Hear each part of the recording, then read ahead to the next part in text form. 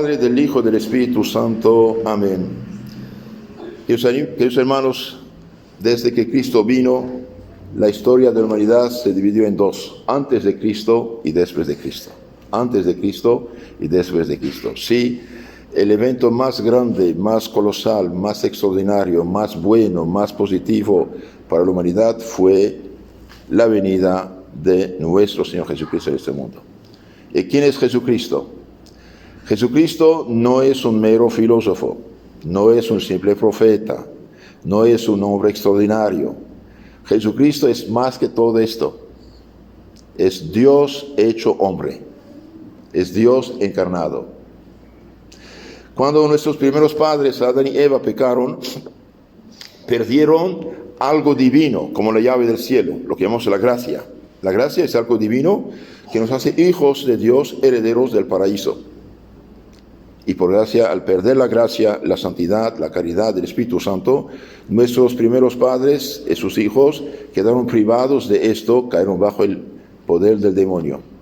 Y Dios, a pesar de haber sido el ofendido, porque Dios les había dicho de no tocar al árbol de la fruta prohibida, y bien Dios prometió un Salvador. Y este Salvador es esta promesa del Salvador es la primera profecía de la Biblia, Génesis 3:15. Y para restablecer la mujer en su dignidad y tomar venganza contra la serpiente infernal, el demonio engañador, y bien Dios dijo: pondré una perpetua continua para siempre, enemistad entre ti, serpiente, y la mujer, entre tu linaje, tu descendencia, y los de la mujer. Usted va a morder el talón para picarla, matarla, y ella va a aplastarte la cabeza. Esta mujer que aplasta la cabeza, ¿quién es? La Virgen María, Madre nuestra, dándonos el Salvador del mundo, Jesucristo. María aplasta la cabeza de la serpiente mediante Cristo. Por eso en las estatuas, dibujos de la Virgen, vemos siempre la serpiente, el demonio, bajo los pies de la Virgen. ¿Okay?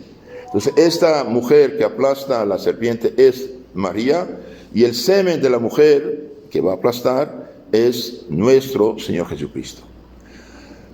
Ahora dije, Jesucristo es Dios hecho hombre. En efecto, en el capítulo 1 de San Juan, ¿qué leemos? Bien, leemos esto. En principio, antes de todas las cosas, estaba el verbo, la palabra. Y la palabra, el verbo estaba con Dios, y la palabra era Dios. Todo lo que se hizo, toda la creación, se hizo por Él. Sin Él, nada se hizo de lo que existe, y el verbo se hizo carne, se hizo hombre. Cuando San Juan dice carne, sarx, en griego significa ser humano, carne, hueso y sangre. Y hemos visto su gloria. El verbo se hizo carne, el creador de las cosas. Esto revela, y en otros lugares también, que Dios es uno y trino. Por ejemplo, a las 3, 4 de la mañana hay un poco de luz, a las 5 un poco más, a las 6 más, a mediodía mucho más. ¿Ok? La revelación primitiva, la revelación bíblica, es como la luz. Por ejemplo, revelación primitiva, Adán y Eva, hay un Salvador que va a venir, no saben realmente quién es, cómo será, pero saben, hay esta esperanza. Más tarde Dios habla a Noé, habla a Abraham, Isaac, Jacob, Moisés anuncia un profeta más grande que él, y que todo hijo de Israel deberá hacerle caso, lo que no hicieron más tarde, lo crucificaron. Y después los grandes profetas anunciaron, Jeremías, Isaías en el capítulo 53 habla de Cristo sufriente, por eso lo llama el quinto evangelista, habla de la crucifixión, de la pasión de nuestro Señor. Él dice, cargó con nuestros pecados, Él dio su vida por nuestros pecados, Él sufrió por nosotros todos, etcétera. Después los demás profetas, Jeremías que anuncia que va a ser vendido por 30 monedas, David profeta 1000 años antes de Cristo dice: han taladrado mis manos, mis pies, han echado suerte sobre mi túnica, etcétera, mi lengua toca el paladar, etcétera. Finalmente su nacimiento por Miqueas, profeta en Belén, etcétera. Todo lo que va a ser fue anunciado siglos antes, para que cuando viniera la gente, el pueblo de Israel, destinado a preparar la venida de Cristo, y este es su honor, preparar la venida de Cristo, y bien, cuando viniera, el pueblo de Israel supiera que Él es el Mesías. Y los tiempos cumplidos, Dios mandó un mensajero celestial, el arcángel San Gabriel, a anunciar a una muchacha escogida, concebida en gracia y santidad, la Inmaculada María, para ser la arca del Nuevo Testamento, de la alianza, que va a llevar en su seno el Hijo de Dios encarnado. Entonces, en tiempos cumplidos, Dios manda a su ángel darle esta noticia extraordinaria. Y los judíos sabían, ya era tiempo de la realización de la profecía de Daniel profeta, que había hablado de 70 semanas, es decir, unos 400 años y pico, la llegada del Mesías. Ya sabían. María recibe el mensaje: Dios te salve María, Dios te manda un saludo María, llena de gracia, de santidad. Vas a tener un hijo, le pondrás por nombre Jesús. Jesús significa Dios que salva, Dios salvador. Eso significa Jesús, Dios que salva, Dios salvador. Dice María: ¿cómo es posible? Yo soy virgen, casta y pura. No tengo nada que ver con mi prometido San José. El ángel dice: no, el Espíritu Santo de Dios vendrá sobre ti, y el niño que nace de ti será llamado Hijo del Altísimo. Dios le dará el trono de su padre David, y su reino durará por la eternidad, para siempre. Este reino de Cristo, es la iglesia que Cristo fundó, la iglesia cristiana universal, la católica. En ese momento María dice: hágase en mí según tu palabra. He aquí la esclava, la serviente del Señor. Es una fórmula oriental de hablar, de humildad. Hágase en mí según tu palabra. Entonces, y el ángel le había dado prueba, diciendo: a Dios nada es imposible. Mire como prueba, tu pariente Isabel, la que llamaban estéril, anciana, está en su 6º mes, la que va a ser madre de San Juan Bautista. Entonces, María dice: aquí la esclava del Señor, hágase en mí según tu palabra.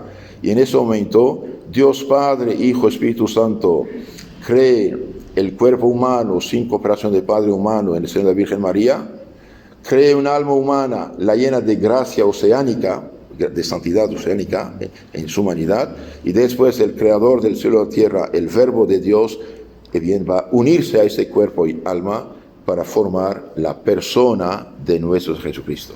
De tal modo que Jesucristo tiene doble naturaleza y una persona: naturaleza humana, naturaleza divina.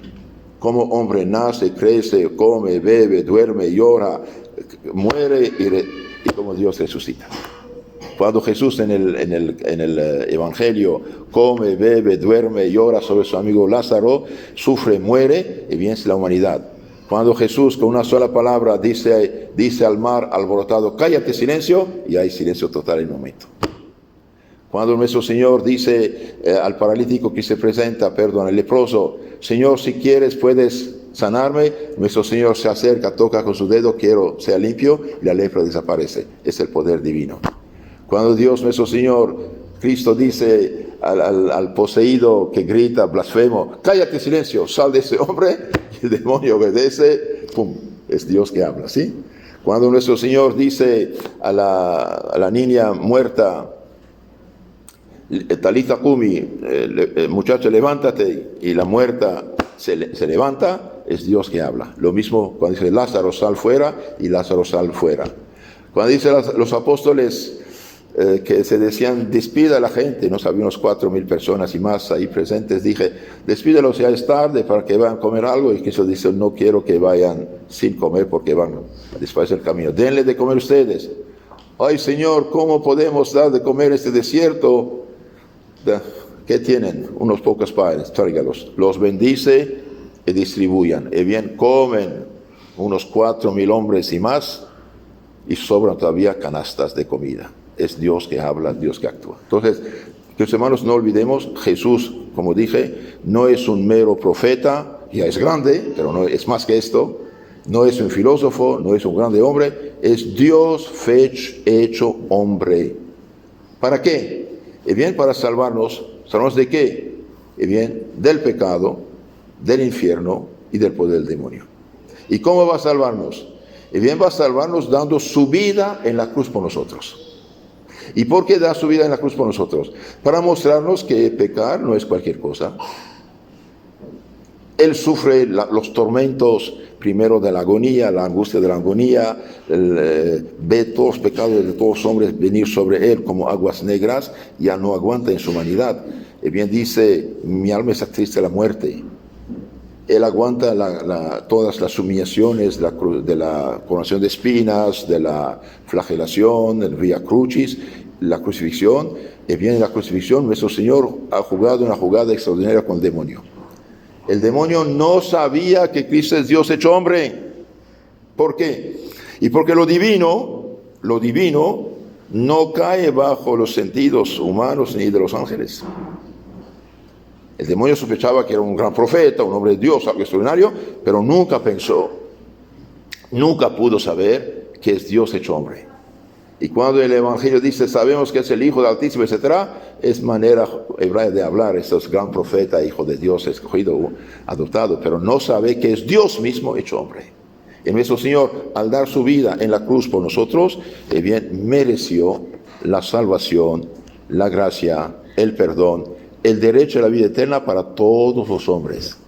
Y al resucitar, nuestro Señor da orden a sus apóstoles de ir en todo el mundo, en todas las naciones, predicarles su doctrina, el Evangelio, la esencia de Cristo, bautizarlos, es decir, lavarlos, purificarlos por el bautismo en nombre del Padre, del Hijo y del Espíritu Santo.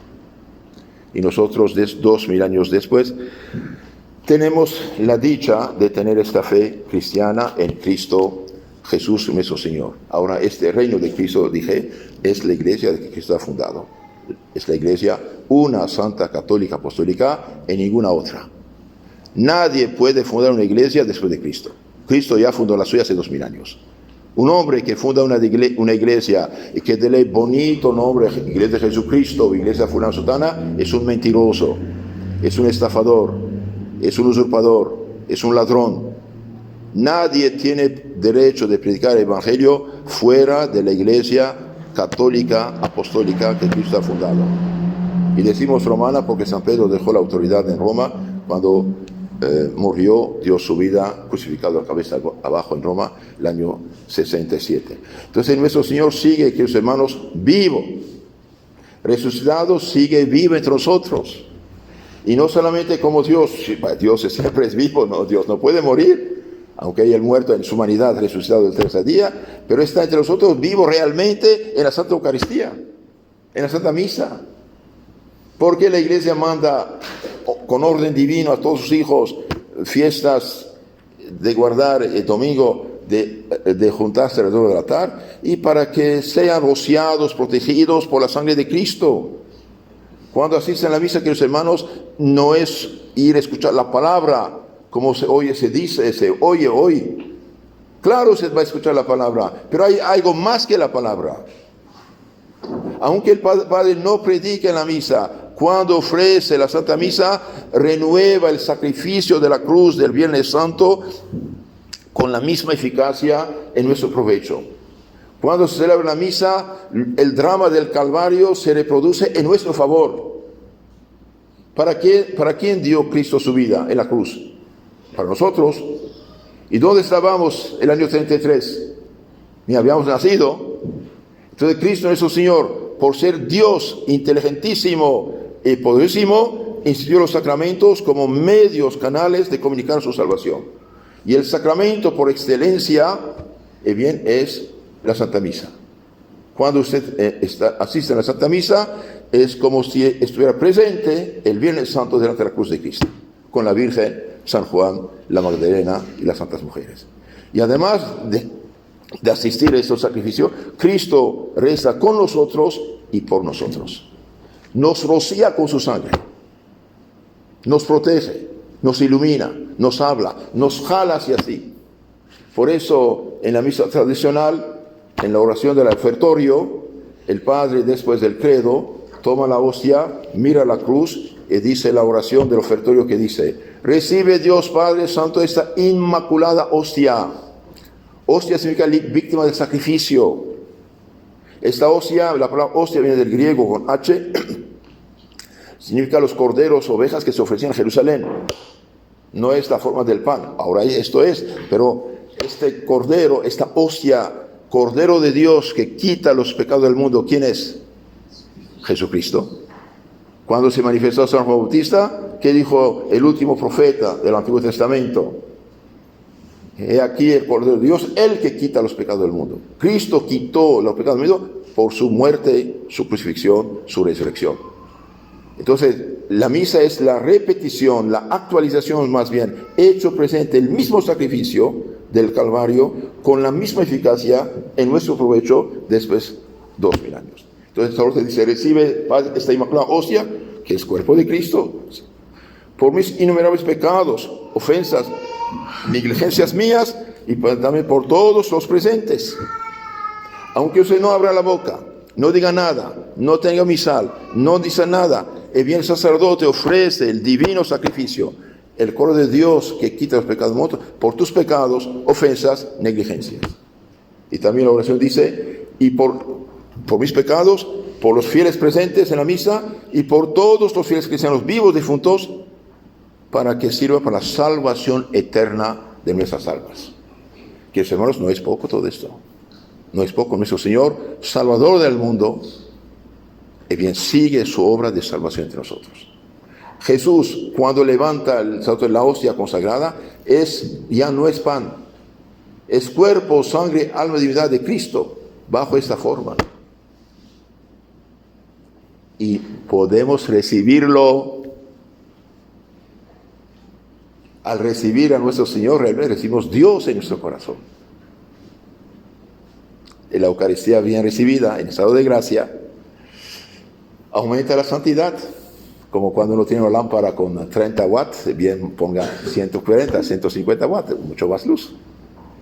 Al comulgar dignamente, bien usted recibe aumento de la gracia, la santidad de tu alma. Entonces, con otras palabras, te acercas más a Dios, te hace más santo, más puro. Aumenta la fe, la esperanza, la caridad. Aumenta la prudencia, justicia, fuerza, templanza. Aumenta los dones del Espíritu Santo. Nos hace más caritativos, más prudentes, más justos, más castos. Nos preserva de los pecados futuros. Nos defiende de los asaltos del demonio. Todo esto y más cosas, y nos da derecho a la vida eterna, puesto que dijo: el que come mi cuerpo, bebe mi sangre, tiene la vida eterna. Todo eso lo hace nuestro Señor Jesucristo, Salvador del mundo, hoy, 21 siglos después que los hermanos. Esto es lo maravilloso de nuestra fe. Ahora Jesús, dije, es Dios hecho hombre. Bien, Dios hecho hombre. No es cualquier cosa. Mire lo que dice San Pedro en su segunda carta, capítulo 1, 16 siguiente. Hermanos, no os hemos dado a conocer el poder y la venida de nuestro Señor Jesucristo siguiendo ingeniosas fábulas. No es fábula, sino como testigos oculares que somos de su grandeza. Son los testigos oculares que están hablándonos los apóstoles. Recibió de Dios Padre honor y gloria, cuando la majestad gloriosa dejó oír una voz que decía de él: este es mi Hijo amado, en quien tengo todas mis complacencias, oídlo, escuchadlo. Dios Padre habla diciendo: este es mi Hijo, escuchadlo. En el Evangelio de San Mateo, capítulo 17, nos habla de la transfiguración.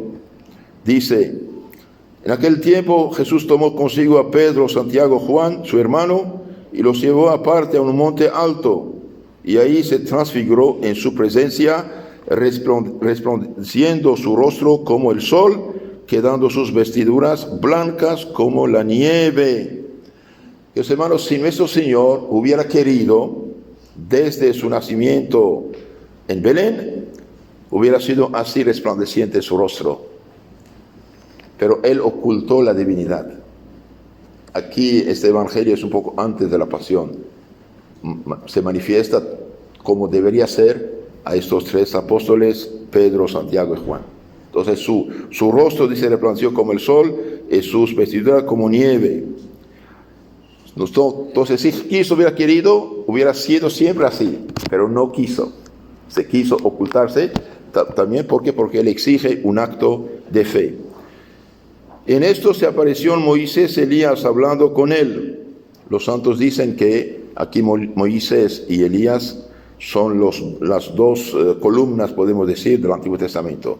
Moisés es la ley, Elías los profetas. Cumplió lo que la ley y los profetas habían dicho del Mesías, y hablan de lo que va a pasar en poco acerca de su pasión.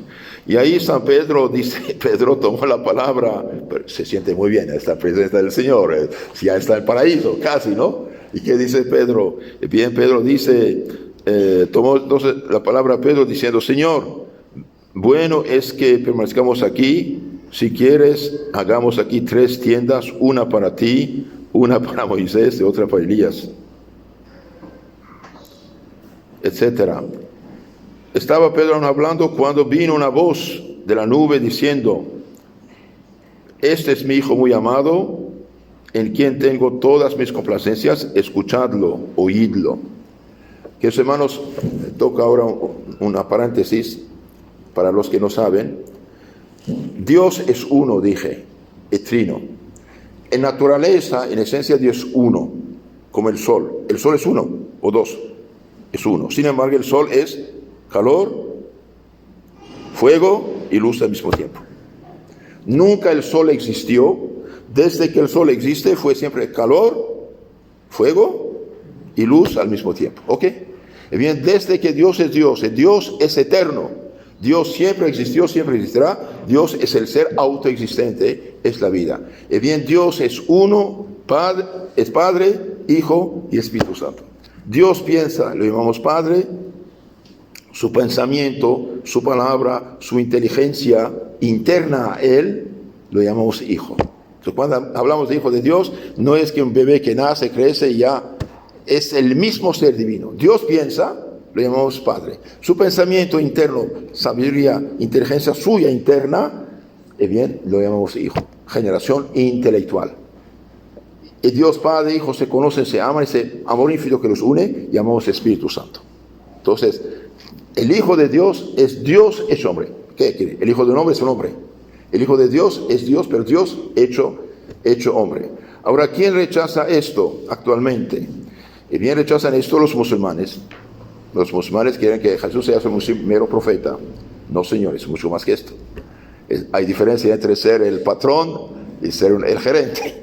Hay diferencia, ¿no? Bueno, los musulmanes rechazan esto. Los judíos actuales rechazan esto. Los testigos de Jehová rechazan, los mormones rechazan, los masones rechazan, y claro, todos los ateos anticristianos rechazan. Y bien, están equivocados, están totalmente equivocados. No hay Salvador para el mundo sino Jesucristo nuestro Señor. Entonces, en resumen, nuestro Señor Jesucristo, Salvador del mundo, quiere salvar a todos los hombres, a todos los pueblos.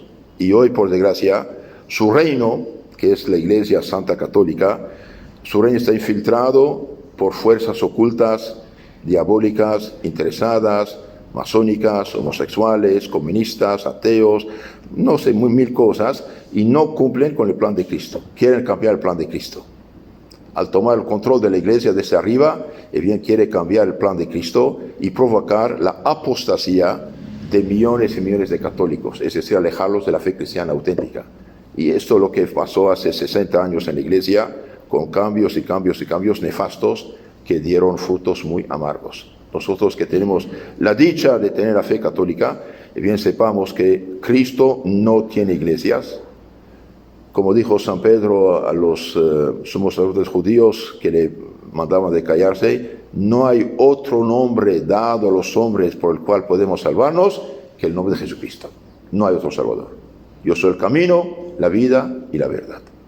Si queremos bien de nuestras almas, de nuestras familias, de nuestra patria y de la humanidad, bien conozcamos más y más a nuestro Señor Jesucristo, y también debemos escucharlo, porque Dios Padre dice, es mi Hijo, oídlo, escuchadle, háganle caso.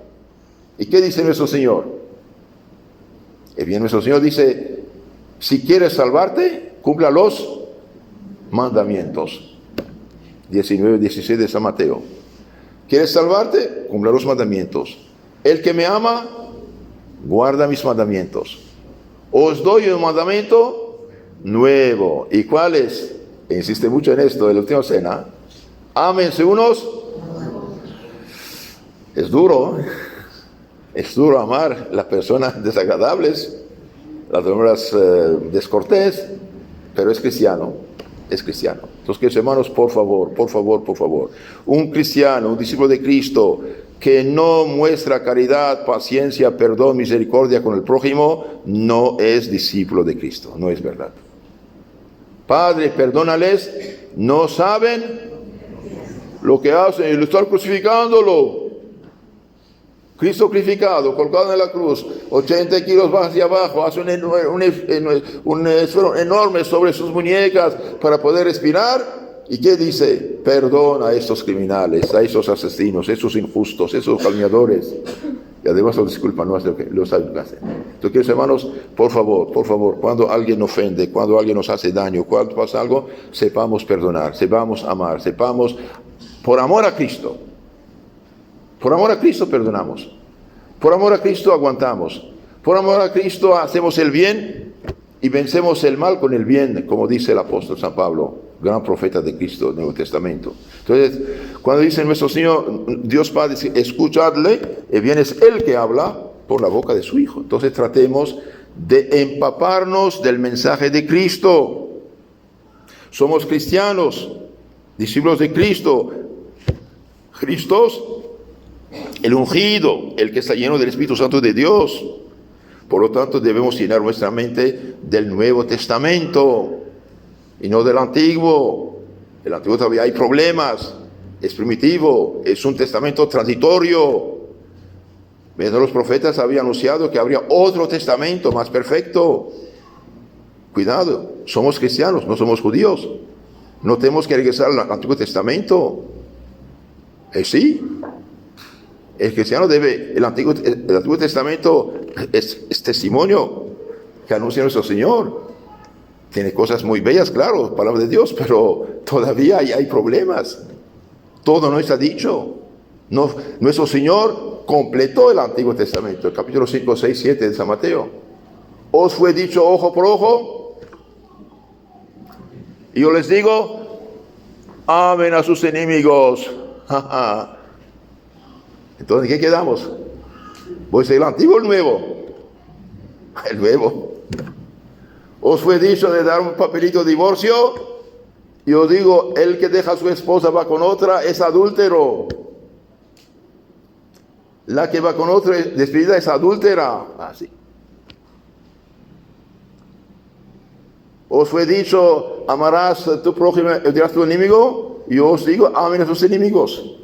Entonces, cuidado, somos cristianos, queridos hermanos, estamos en el Nuevo Testamento y tratemos de seguir a nuestro Jesucristo. Concluyo. ¿Y cómo podemos seguir a Cristo? Bien, primero conociendo el Evangelio de Cristo, la doctrina de Cristo. Por eso les aconsejo, lean, vuelvan a leer, meditar el Nuevo Testamento. El Nuevo Testamento. No descarto el Antiguo, pero el Antiguo es preparación del Nuevo. Somos cristianos. Y el Nuevo Testamento, todo resumido, lo más importante que tiene, está sintetizado en el Catecismo, para entender bien las cosas. Y el Evangelio aplicado en la vida cristiana, bien, es la vida de los santos. Los santos fueron realmente los cumplidores de la palabra de Dios. Si usted quiere saber cómo practicar el Evangelio, bien, hubo hombres y mujeres, niños, adultos, viudas, y sacerdotes, religiosos, religiosas, de todo tipo, que vivieron el Evangelio, cada quien según su estado. Entonces, que nuestros modelos sean Cristo y los imitadores de Cristo, que son los santos, y no los actores, cantores, etcétera, perdidos de las telenovelas, de las redes sociales, de estas tonteras. El demonio nos, por desgracia, engañó millones de cristianos, trató de hacerlo todos los siglos, con las persecuciones, las herejías, la difusión de las mentiras, pero hoy tiene el control del mundo, y especialmente del mundo cristiano.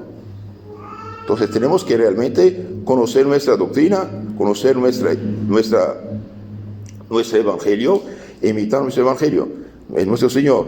Y para poder hacerlo, no olviden, alejarse de todo lo que mancha, de todo lo que corrompe, de todo lo que es ocasión de tentación, de pecado, y frecuentar la oración. Sin oración no hay salvación.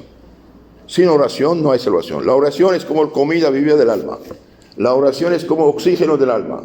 La oración es el medio de obtener todas las gracias de Dios. San Tomás de Aquino dice en su Suma Teológica: todas las gracias, ayudas, socorros, luces, misericordias que Dios ha determinado en sus consejos eternos otorgar al hombre, no quiere dárselas sino por medio de la oración. A tal punto que Santo Alfonso de Ligorio dijo: el que reza se salva, el que no reza no se salva. Por eso escribió este librito que se llama El Gran Medio de la Oración, para incitar a la gente a rezar más. No hay de otra. O sea, oración, confesión, comunión, Santa Misa, meditación, lectura espiritual, vivir cristianamente. Un cristiano es discípulo de Cristo y no es discípulo de cualquier desconocido, de telenovelas, de las redes sociales, de los cantos, etcétera, etcétera. Si esto hacemos, no solamente tendremos paz en nuestras propias almas, familias, sino también seremos luz para los demás. Si la gente ve que vivimos cristianamente, tendrá ganas de acercarse a nosotros. Y si esto hacemos, queridos hermanos, bien, aplastamos nosotros también, igual que la Virgen Jesús, la cabeza de la serpiente infernal. Amén.